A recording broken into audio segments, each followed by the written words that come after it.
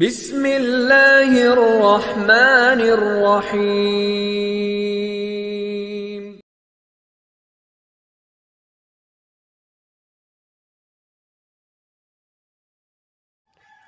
بسم اللہ الرحمن الرحیم۔ حضرت دانیال علیہ السلام ایک دن جنگل میں چلے جاتے ہیں۔ آپ کو ایک گنبد نظر آیا اور اس میں سے آواز آئی کہ اے دانیال ادھر آؤ۔ حضرت دانیال علیہ السلام اس گنبد کے پاس گئے۔ معلوم ہوا کہ کسی مقبرہ کا گنبد ہے۔ جب آپ مقبرہ کے اندر تشریف لے گئے تو دیکھا بڑی عمدہ عمارت ہے، اور عمارت کے درمیان میں ایک عالی شان تخت بچھا ہوا ہے۔ اس پر ایک بڑی لاش پڑی ہوئی ہے۔ پھر آواز آئی کہ اے دانیال علیہ السلام تخت کے اوپر آؤ۔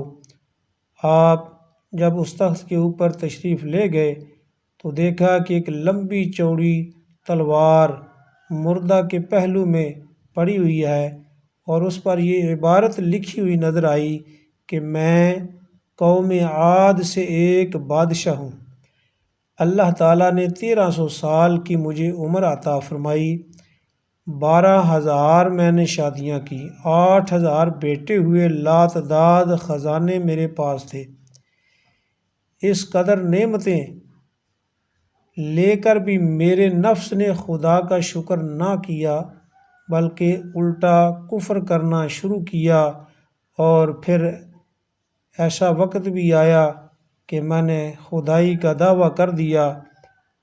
خدا تعالیٰ نے میری ہدایت کے لیے اپنے ایک پیغمبر کو بھیجا۔ انہوں نے مجھے بہت سمجھایا، بڑی کوشش کی، مگر میں نے کچھ نہ سنا۔ آخر کار وہ پیغمبر مجھے بد دعا دے کر چلے گئے۔ اللہ تعالیٰ نے مجھ پر اور میرے ملک پر قحط مسلط کر دیا۔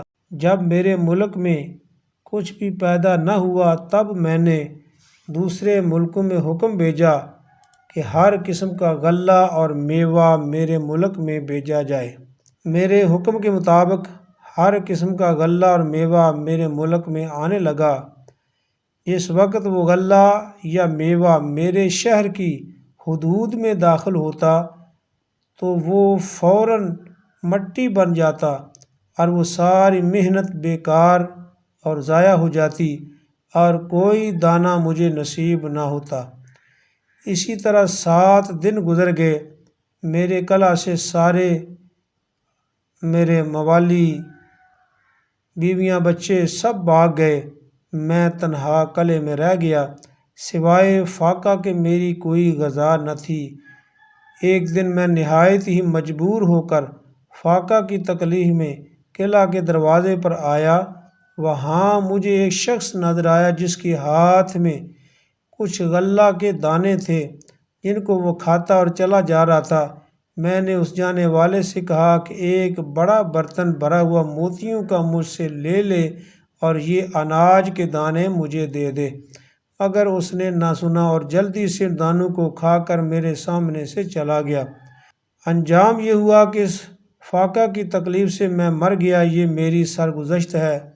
جو شخص میرا حال سنے وہ کبھی دنیا کے قریب نہ آئے۔ سیرت الصالحین میں یہ بات اسی طرح موجود ہے۔ سبق ہمیں اس سے یہ حاصل ہوتا ہے کہ اللہ تعالیٰ نے بندے کو ہر قسم کی نعمتیں دی ہیں، تو خدا تعالیٰ سے ہر قسم کی نعمت پا کر پھر بھی اس کی ناشکری کرنا انتہائی ناعاقبت اندیشی ہے، اور اللہ تعالیٰ کی ناشکری سے بھوک، فاقہ، قحط اور مختلف قسم کی بلائیں نازل ہوتی ہیں۔ اور یہ بھی معلوم ہوا کہ انسان چاہے کتنی لمبی عمر پالے، ایک دن اس نے مرنا ضرور ہے۔